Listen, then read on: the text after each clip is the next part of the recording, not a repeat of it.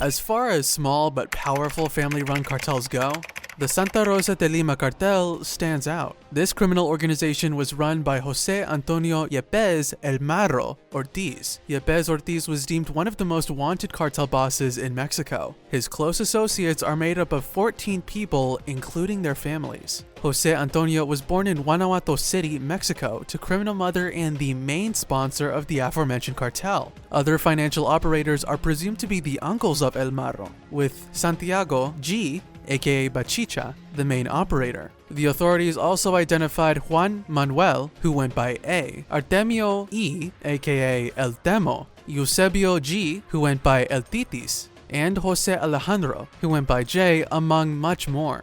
To continue learning the story of El Marro, keep watching until the end of the video. Also, don't forget the subscribe button. Now without further ado, let's get started.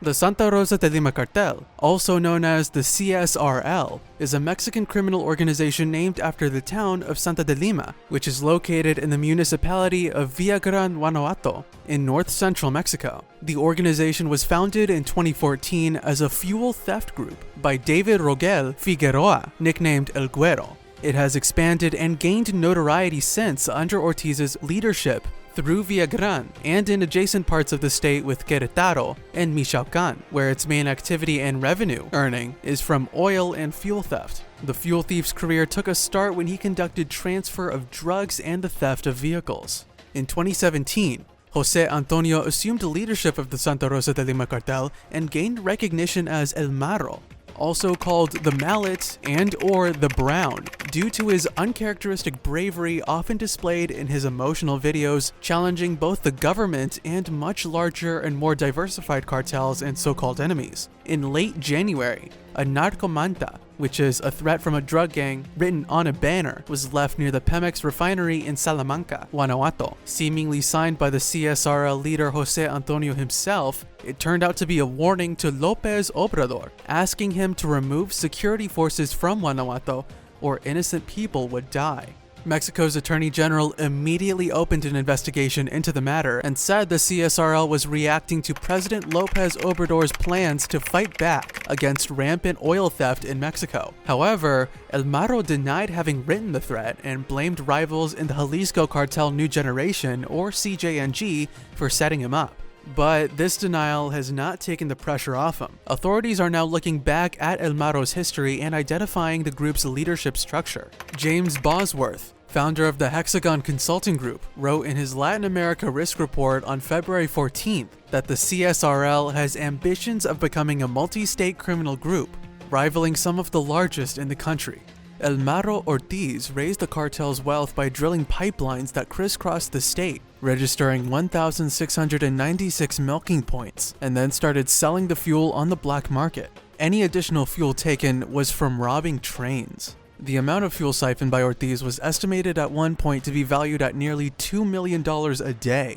Other activities include extortion of small and medium-sized entrepreneurs in Celaya, Irapuato, and Salamanca cities. In January 2018, the following year after El Marro became CSRL's leader, the armed forces initiated a search to locate and capture him, but he evaded arrest several times due to the complex and elaborate infrastructure he created in Guanajuato, his movement from house to house, and also the loyalty of neighbors which he had bought. In 2019, he formed an alliance with Special Forces Grupo Sombra, an armed wing of the Gulf Cartel, one of the oldest organized crime syndicates and drug trafficking organization in Matamoros, Tamaulipas, Mexico, to counter the Jalisco New Generation cartel, who were contesting for Guanajuato's plazas. The CJNG is one of Mexico's most powerful and violent groups.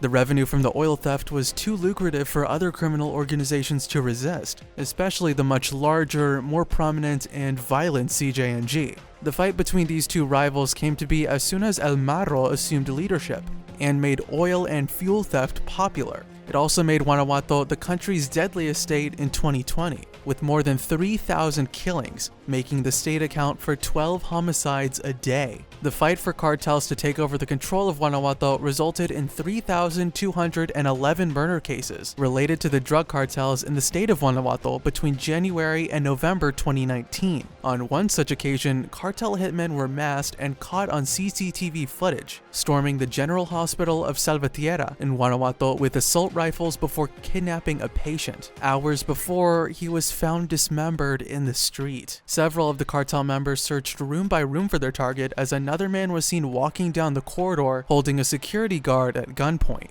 Two of the gang members then emerged from a room carrying the same patient on a stretcher. Within hours of his abduction, the man's dismembered body was discovered by the side of a roundabout. His body was accompanied by a cardboard sign with a written message, while some other body parts littered the road.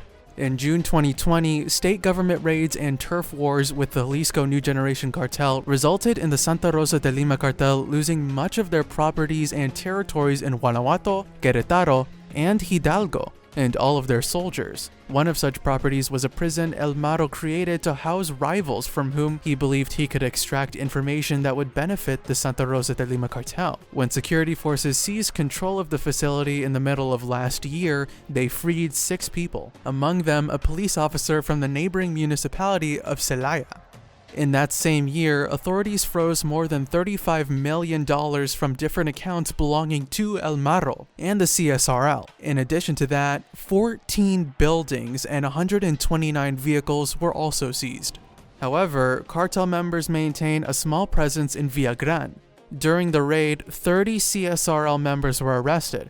26 were there to receive their weekly payroll. Those apprehended include El Marro's mother, Maria Ortiz, his sister, Juan N., and his cousin Rosalba N. When she was detained, Maria Ortiz was found with over $89,500 and 1 kilogram of suspected methamphetamine. The other 4 were suspected members connected to the organization and found in Celaya, where the agents were also found with 2 9mm caliber guns, an AK-47 rifle, and a 4th 270 caliber rifle. These weapons were found alongside some ammunition, mechanical explosive devices, 3 vehicles, 4 motorized quad bikes, and over $3,845 in cash. Despite El Marro Ortiz's knowledge of his own manhunt and narrowly escaping the raid, he posted 2 videos on his social media accounts. One featured him thanking loyal comrades who sent tire fires that allowed his escape from arrest, and the second was an emotional Ortiz grieving over his mother and sister's arrest, and announcing his consideration to enter into an alliance with the Sinaloa cartel. The women were subsequently freed just days later. The Sinaloa cartel is a large international drug trafficking, money laundering, and organized crime syndicate that operates in the Golden Triangle. The CJNG also made several assassination attempts on El Marro Ortiz's life,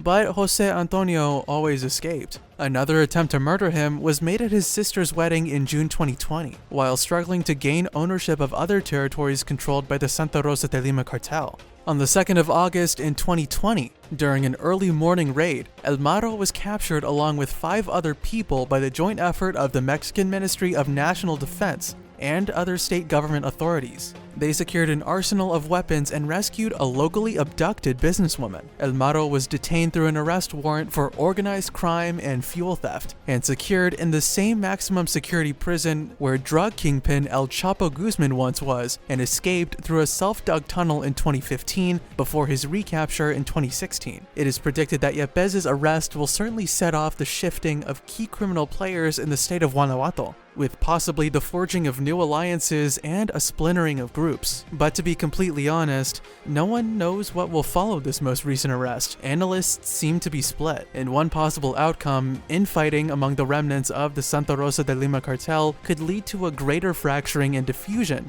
and therefore increases in violence. And another, the new generation takes over. They gain control over the state, and violence drops because it has no rivals. According to Mexico's security analyst Mr. Edward Guerrero, a reduction in violence there would be a very important achievement for the federal government. And with that, we've come to the end of today's video. If you enjoyed it, give it a like and share it with some friends. Don't forget to like this video and share. And so you don't miss out on new videos, subscribe to the channel and turn on post notifications. Until next time.